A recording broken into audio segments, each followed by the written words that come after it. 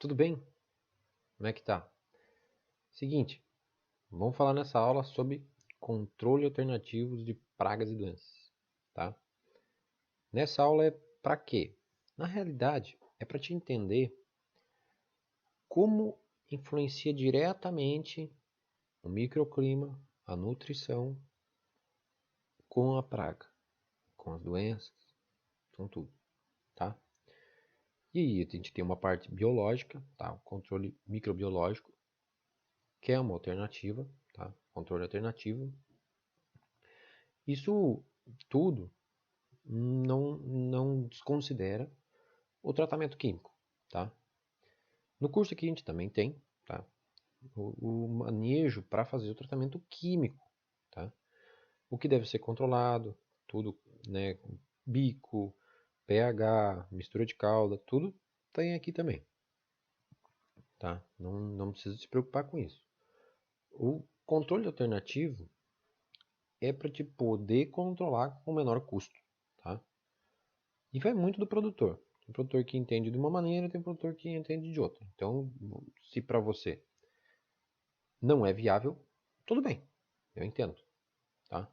Mas é meu dever te mostrar um controle que pode fazer de outra maneira dos insetos e das pragas e doenças, tá?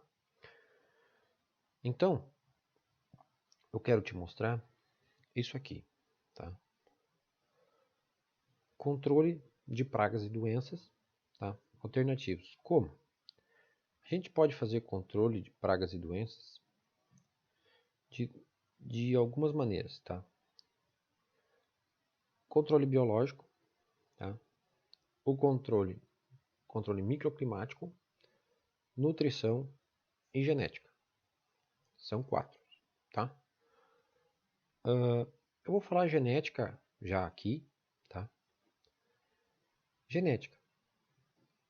Genética é tu comprar, ou tu desenvolver é muito difícil, mas tu comprar uma semente, uma muda, algo, uma variedade, uma cultivar, tá? Que seja resistente a pragas que mais te atacam, que mais tem na tua estufa, tá? Seu controle mais, vamos dizer assim, mais fácil de se fazer, tá?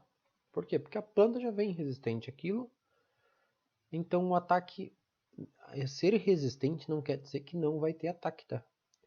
Normalmente os ataques, quando acontecem, são muito mais brandos, tá? Tem gente que entende que, ele é resistente a tal praga, não vai ter ataque. É o que a gente primeiro vê na cabeça, mas existe o ataque. Quando o ataque é muito grande, quando a proliferação é demais daquela determinada praga ou doença, ela vai acabar atacando aquele, aquela cultivar ou variedade, tá? Por quê? Porque ela foi feita geneticamente modificada para ser resistente. Mas quando o ataque é demais, é massivo, acontece, só que é muito mais fácil de controlar, daí com um dos outros, ou nutrição, ou microclima, biológico, ou até mesmo químico, tá? Qualquer um deles fica muito mais fácil de controlar a partir da genética. Então, genética é comprar, adquirir semente ou muda geneticamente modificada, resistente a alguma praga, alguma doença que normalmente tu tem mais problemas, tá? Então vamos lá. Biológicos. Em diversos insetos, tá? Vespa, ácaro, mosca, joaninha, tudo isso, tá? Tudo isso a gente tem de insetos diferentes para a gente poder controlar. Mas como assim, Júnior? Se eu entrar com esses biológicos aí, o que vai acontecer? Na realidade, nada, tá? Nada. É que a maioria se preocupa que não pode entrar mais com químico, tá? Tirem isso da cabeça, tá? Quando tu entrar com biológico, não quer dizer que tu vai ter que terminar com o químico, tá? Qual é que é a maneira, vamos dizer assim, se ele fosse para delimitar uma maneira que é o que eu estou falando aqui no conjunto todo, tá? É um controle ecológico, que é o quê? Que entra o químico, o biológico, o orgânico, tudo dentro de um conjunto, tá? É no que eu acredito. Só o biológico, certo, não vai conseguir controlar. Tu vai ter que entrar com químico, tá? E tu não consegue controlar nem com químico se a nutrição estiver muito fora do balanceamento.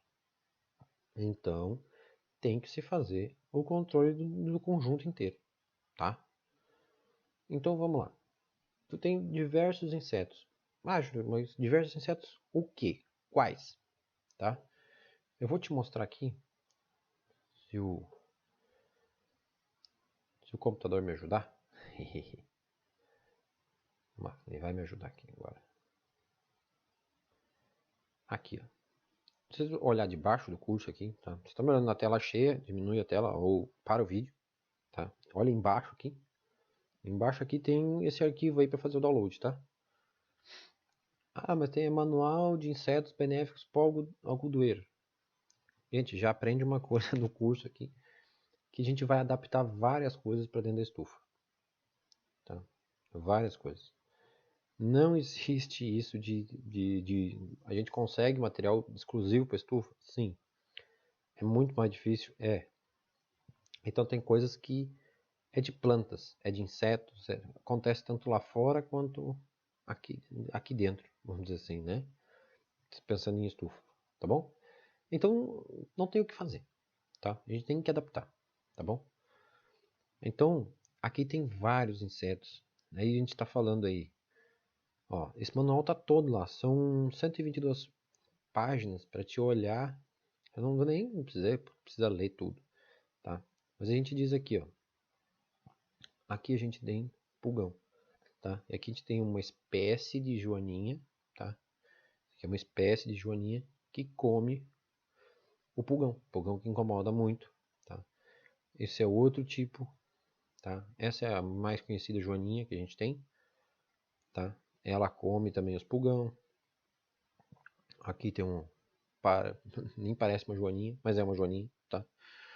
Aqui tá o nome científico da joaninha, ó, o nome joaninha, tá? Mas é ela que ataca. A gente tem N joaninhas, a gente tem aranha, a gente tem ácaro predador, aí existe o ácaro rajado, ácaro branco, ácaro vermelho, tá? Que são danosos, vamos dizer assim. E existe o ácaro predador.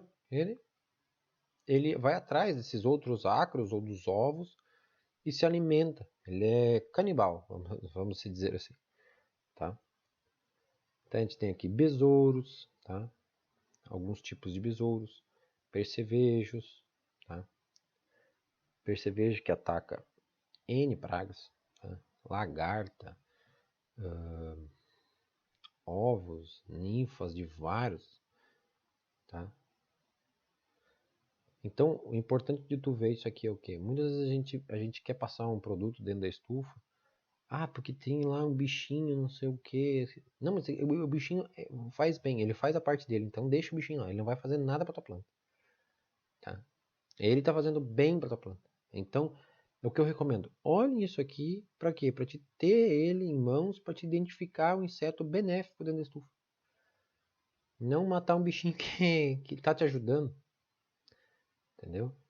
Essa é a moral de ter esse conteúdo aqui, é para te não matar. Ó, aqui a gente tem, que bicho é esse aqui? É um percevejo predador, ó. É um percevejo que ele vem aqui, ele tá sugando as lagartinhas. Ó, cheio de lagarta aqui, tá? Essas lagartas aqui, o percevejo suga, ó, aqui, ó. Percevejo que a gente normalmente tem um ódio desse bicho aqui, principalmente quem planta soja, tá? Mas existe o percevejo que ele suga a larva, ele não suga a planta, ó, tá? Então é bom a gente saber isso, a gente identificar, tá? Ó, ele ataca ovos, ele ataca, aqui ele estava atacando uma lagarta. Eu só digo que o cara tem o teu dom para conseguir pegar essas fotos, né? Aqui mosca, Ó. Acho que aqui é uma... Deixa eu ver. É pra ser um percevejo, mas parece uma mosquinha isso aqui. Tá? O que temos aqui? Percevejo predador. O percevejo é tão pequenininho. Cadê o bichinho? Aqui? Ali? Ó. Tá? E é sempre assim, ó. Percevejo predador, o nome científico, tá? Aí ele bota aqui o que ele... qual as pragas que ele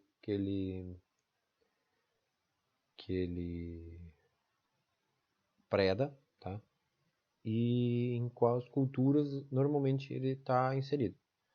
Tá? Então a gente tem bastante conteúdo aqui, tá? Mas o que eu quero? Eu quero mais que vocês vejam as imagens, vejam, ó, tem aranha, tá? Vejam as imagens e que a gente consiga pensar que tem bichinhos que estão lá dentro é pro nosso bem, não é pro mal não, tá? Ó, a mariposa, tá? Tem bichinhos que estão ali, não é esse aqui eu vejo muito dentro da estufa. Tem gente que quer matar, não sabe pra que é, tá? Não é o lixeiro predador, o lixeiro predador é o próximo, tá? Esse aqui é o tesourinho.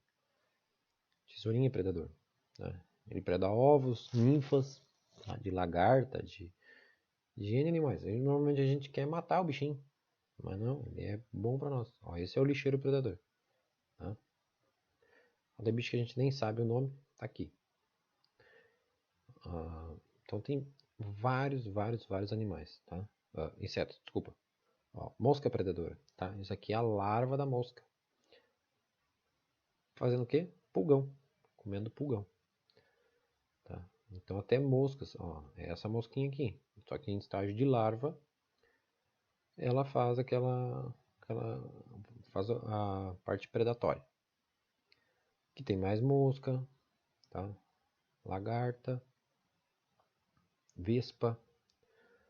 Ó, muita gente paga. Eu sou um aqui na minha casa tem muitas vespas, então a gente acaba matando vespa, mas muitas vezes a vespa que salva a gente. Aqui, ó, ácaro. Tá vendo? Isso aqui são ácaros. Ó, microvespa, parasitoide. Então é uma microvespa que ataca ácaro, cochonilha. Tá? E a gente tem fungos e bactérias. Tá?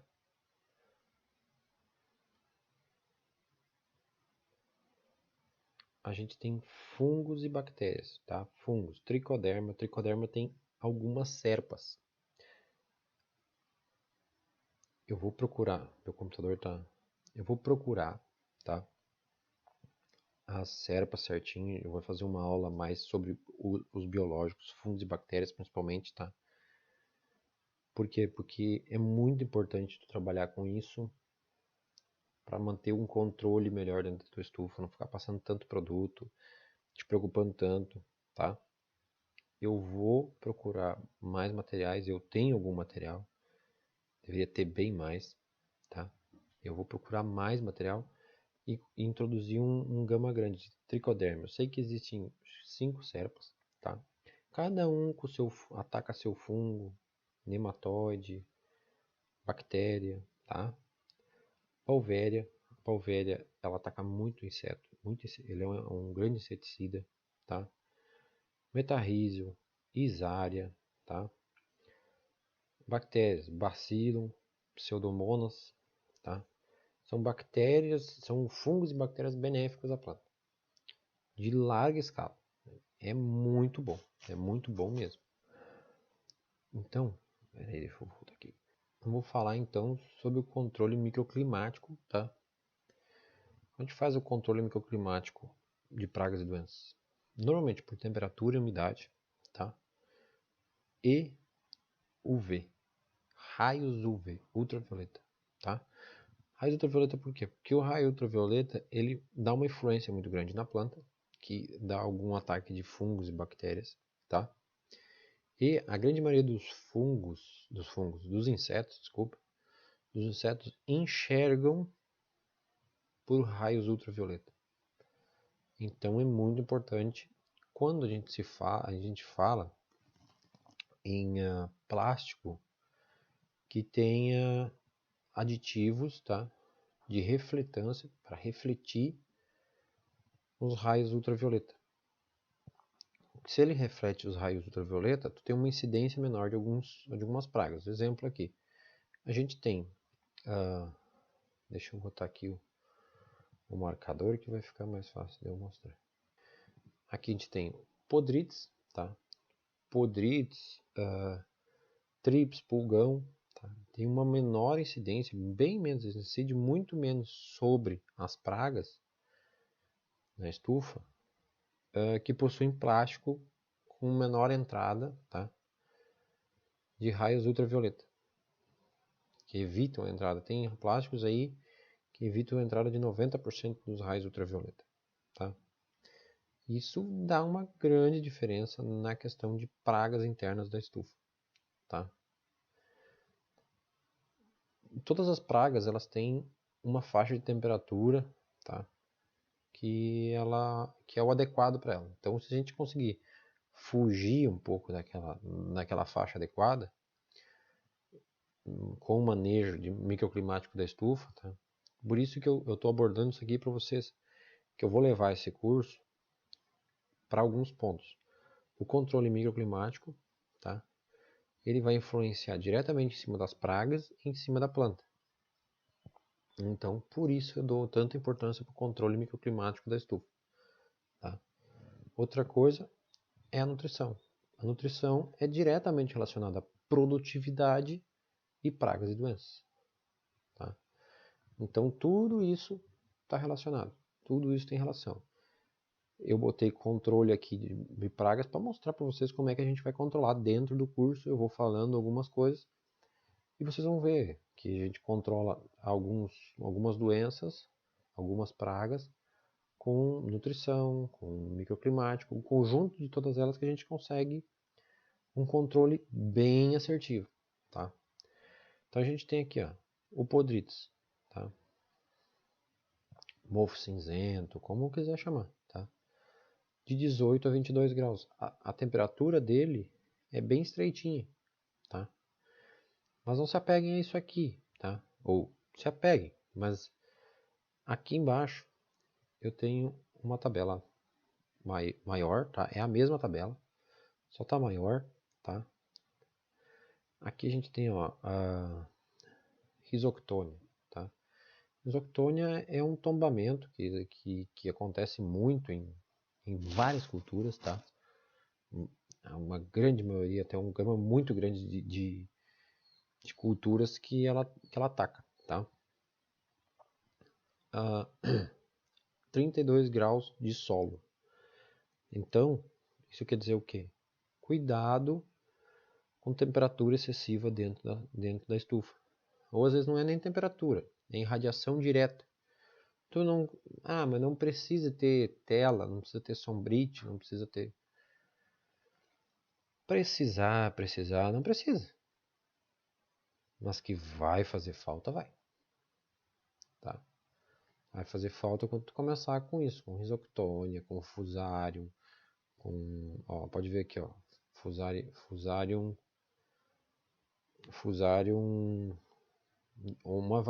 uma cepa de fusarium, ó, fusarium isso aqui é em crisântemo, tá?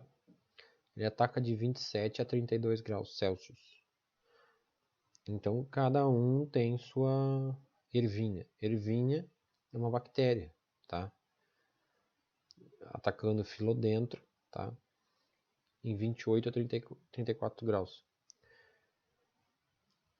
Então, é importante a gente controlar a temperatura interna da estufa para te não gastar com produtos ou não perder produção, não perder produtos ou folhosas, pimentão, tomate, tá? Não perder o produto dentro da estufa simplesmente por um controle climático. Aí vocês vão me dizer assim, Júnior, mas a minha planta desenvolve muito melhor a 27, 28 graus do que a 25, que seria uma temperatura que, vamos dizer assim, o desenvolvimento seria mais lento, tá? E uma boa parte dos fungos e bactérias, um desenvolvimento mais lento, tá? A gente vai para uma outra tabela aqui, que a gente vê, ó, que não é a Rhizoctonia, ainda estamos falando em alface, tá? Rhizoctonia em alface de 25 a 30 graus. Só que o que ela tem que ter? Ela tem que ter uma alta umidade. Então, normalmente, qual é o problema? Irrigação excessiva. Tem um conjunto, tá? É um conjunto de coisas que fazem esse controle alternativo. Não tenta chegar aqui, controle alternativo, Júnior, eu vou colocar fungos benéficos lá. Caso tu não controlar alguma outra coisa, ou pelo menos duas outras coisas, que é umidade e temperatura, ou umidade e umidade automaticamente com irrigação excessiva tu já vai controlar, né? Se tu não controlar umidade, temperatura, ou fazer um controle junto, controle químico, dificilmente tu vai conseguir controlar. Controlar, digo assim, a níveis econômicos, né? Economicamente viável. Como aqui, tu pode olhar aqui que septória, tá? Septória em alface, não boto nem temperatura, nem umidade. Por quê? Porque provavelmente não tem pesquisa, tá? Mas qual é o controle? Semente, tá? Tem que cuidar a semente que tu compra. Cuidando da semente, a gente controla um monte de coisa. Vamos dizer que nem é o que? A semente pode vir com septoriose, tá? A semente já vem com o problema lá da sementeira. Normalmente é assim. Normalmente o problema já vem lá da sementeira, tá? Ou lá do viveiro. Então, se tu compra muda, cuidado com o viveiro que tu vai comprar as mudas, tá? Se tu compra semente, a sementeira normalmente é muito mais controlada do que o viveiro, tá? Sementeira, o Ministério da Agricultura controla bem mais do que o viveiro. Só que deve ser controlado, tá? A sementeira, a gente tem que cuidar, assim, a gente compra, deu problema, faz teste. Guarda um pouco de semente, faz um teste na semente, manda fazer análise de semente, alguma coisa assim. Porque eu sei o quanto é caro um semente de alface, semente de pimentão, semente de pepino, tá? Então essas tabelas aqui, essa aula aqui, vocês baixam, ela tá aqui embaixo, tá? Tá em PDF não, ela tá em PowerPoint normal. Então tu pode pegar essa aula aqui ou transformar em PDF, como quiser, imprimir, tá? Para ter essas tabelas, para ter esses dados aqui, tá? Eu não vou me ater muito em dados porque a gente tem N dados diferentes, tá? Aqui, ó, pode ver que aqui oídio e míldio, tá? O míldio já é mais ferrenho, é mais difícil de controlar. Pode ver, ó, o míldio vem de 5 graus a 27 graus. O oídio é de 25 a 30 já. Mas o míldio, só que o que o míldio tem? Umidade relativa alta. Então como é que a gente faz? Baixa a umidade relativa. Como a gente vai controlar a estufa para baixar a umidade relativa. Isso tem nos controles microclimáticos. Nas aulas de controle microclimático, eu ensino o que tu tem que fazer para baixar a umidade relativa do ar dentro da estufa e tu conseguir produzir adequadamente ou não ter problema com milho, tá? Dias quentes, ensolarados e noites frias. Essa variabilidade, tá? Ah, Júnior, mas eu não consigo. Na estufa tu deveria tentar controlar essa variabilidade muito alta, tá? Tem como controlar ela com custo baixo? Depende o quanto é essa variabilidade, tá? Depende o quanto. Mas está falando aí, Júnior, de dia dá 12, de noite dá 12, de dia dá 30. Então o que tu controla? Quando der 30, deu 30, 25 de tardezinha, já fecha a estufa para não baixar tanto a temperatura. Porque essa variabilidade muito grande, às vezes estressa a planta que entra a praga. Tá? É uma maneira de se controlar algumas pragas e doenças, tá?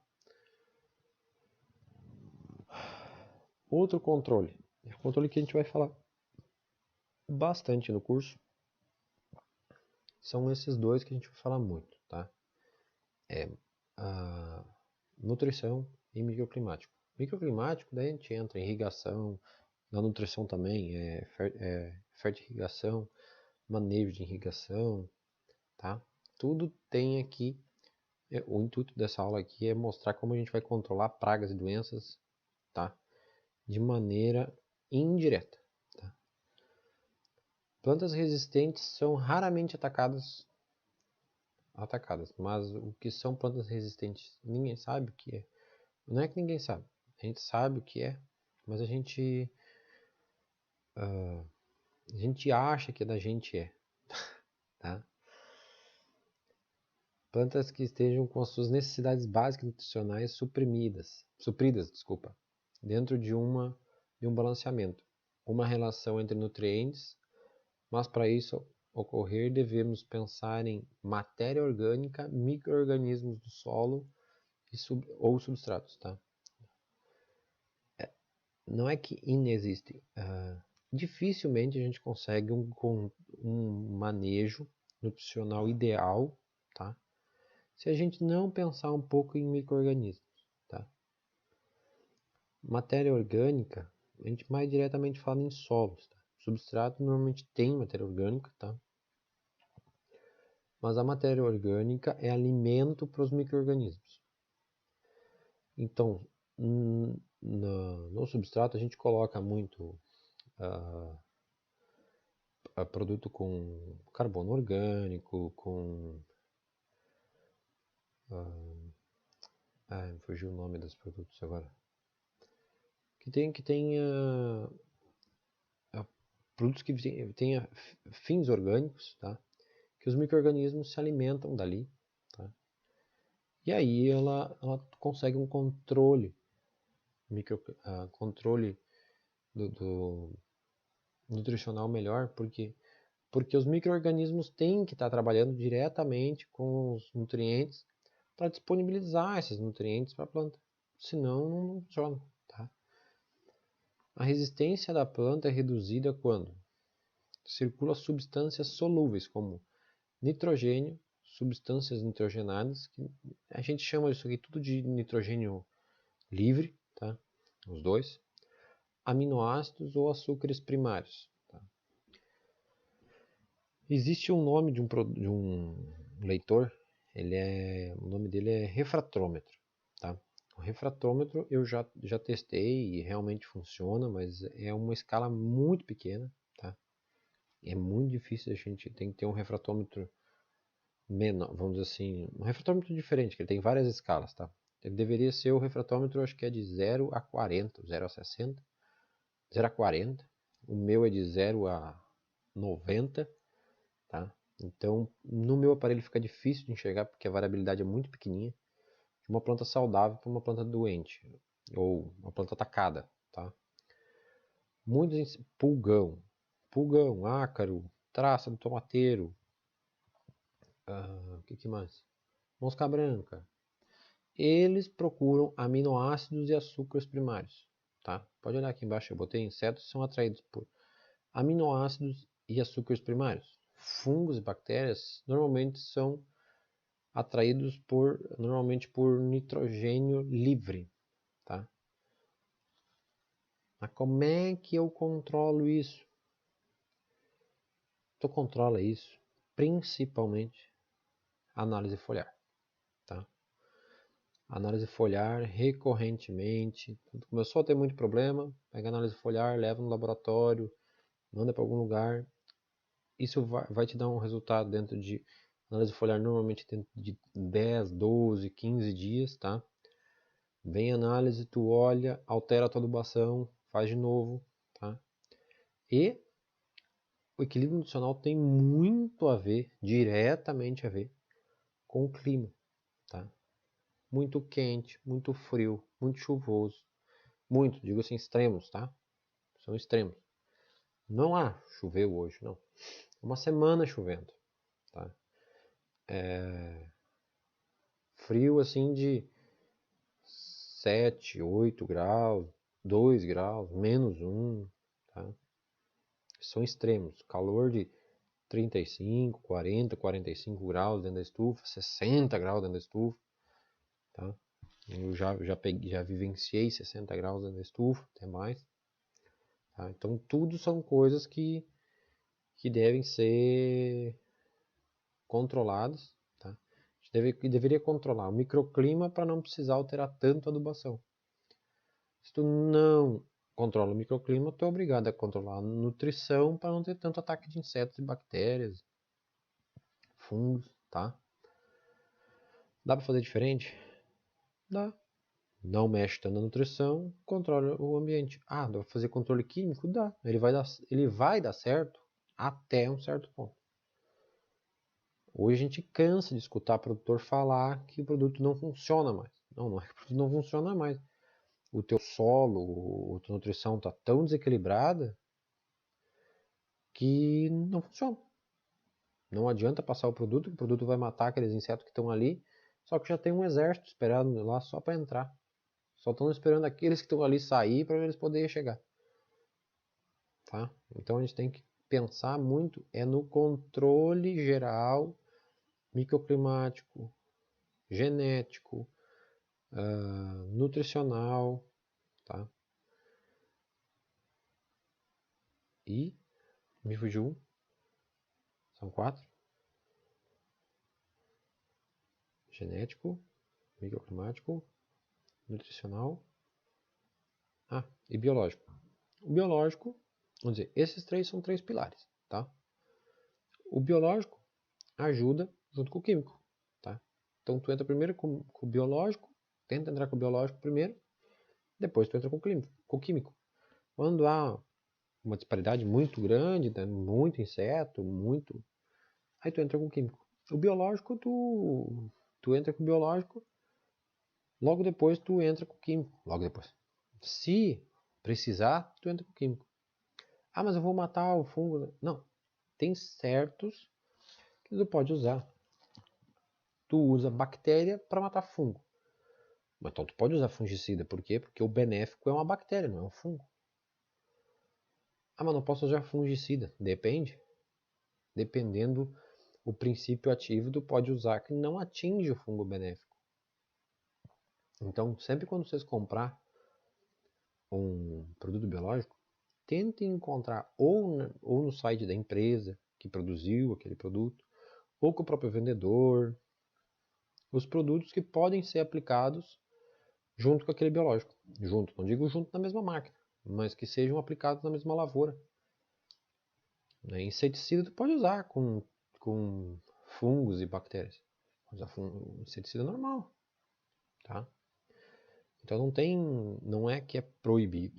Não, só tem que ter certos cuidados, mas é bem possível, tá?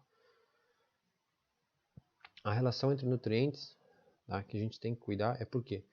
Porque enzimas são proteínas enriquecidas por uma vitamina, a coenzima, e ativadas por um metal. Tá? Um nutriente de metal. Tá? Todos que estão em vermelho aqui são metais. Tá? Proteínas, aminoácidos não, proteína, açúcares complexos, tá? Não açúcar primário, açúcar complexo, como carboidratos, né? No caso do milho, no caso do trigo, glúten, o que mais? Eles não são atacados por insetos, tá? Então o que acontece? Se a gente tem uma proteína, tá? A gente tem enzima, que é uma proteína, tá? E se ela não é ativada pelo nutriente, tá? Essa enzima, ela não é ativada pelo nutriente de metal que faça o enriquecimento dela, tá? Ela se transforma em um aminoácido livre, que chama insetos. Tá? E aí que nem aqui, o cobre, nitrogênio livre, botou muito nitrogênio, mas não botou cobre. O fungo ataca. Por quê? Porque ele tem nitrogênio livre. Não existe o cobre, que é um metal, tá? Que vai ativar essa coenzima que vai transformar essa enzima em uma proteína, ou não vai transformar em uma proteína, ou vai ativar a enzima que transforme o nitrogênio em proteína. Tá? Então, é tudo correlacionado. O que acontece? Júnior, mas então tu quer dizer que se eu não botar cobre, a proteína que deveria se proliferar no meu produto não vai ter. O meu milho deveria ter, eu estou chutando milho, tá? Mas vamos lá, vamos pegar assim, tipo, alface deveria ter 4% de proteína. Ela não vai ter, não, ela não vai ter. Ela vai ter 2%, tá? Por isso que hoje se diz que os produtos são muito mais pobres nutricionalmente, por isso, porque há um desequilíbrio nutricional do solo. Porque a planta nada mais é do que carbono, hidrogênio, tá? Carbono, hidrogênio e água e todos os minerais que ela consegue absorver do solo. Então, se ela não conseguir absorver alguns, ela automaticamente não vai produzir alguns nutrientes que ela deveria produzir para a gente consumir. Tá? Isso é uma relação direta, então não tem como. Quanto mais pobre é teu solo, mais pobre o teu produto é. Tá? Não existe tu tirar um produto bom de um solo pobre. É consequência. Tá? Então a gente tem que ter noção de algumas relações. Essas relações aqui eu vou falar de novo em outras aulas, tá? Sobre adubação, sobre fertirrigação, tá? A gente tem que cuidar dessas relações aqui, para quê? Para não ter ataque de fungos e insetos, tá? Ó, NPK, muitas vezes eu mandei botar potássio, tá? Mandei botar potássio, porque eu tinha um nitrogênio alto, eu botei potássio, fungos pararam de atacar. Só que o que aconteceu? Se eu passo da medida, subo demais o potássio, os insetos começam a atacar. E eu sou obrigado a meter um pouco de bório, né? Ou vejo que cálcio está errado. Essa relação aqui da análise de solo, essa relação deve ser seguida. Ela deve estar ideal. Fósforo demais, tem o zinco, tá? Então, tudo relações que devem ser seguidas para a gente controlar os insetos e controlar N coisas dentro da estufa. Inseto, bactéria, nematóide, tudo tem a ver com nutrição. Tá? Nutrição e microclima. E a gente entra com controle biológico, tá? De primeira instância. Eu recomendo, pelo menos assim. A gente entraria com controle biológico de primeira instância, segunda instância, controle químico. Tá? Deram isso aqui por essa aula, tá? Já já eu boto mais, a gente está liberando as aulas aqui. E aí a gente fala mais sobre cada um, tá? Sobre cada tema desses aqui, muito mais abrangente.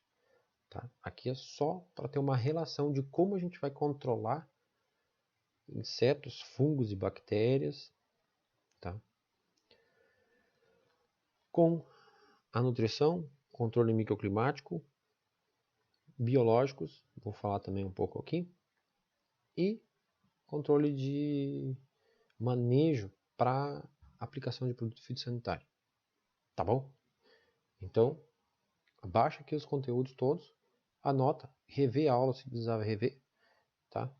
E fica com o conteúdo aí para pesquisa, certo? Vamos à próxima aula.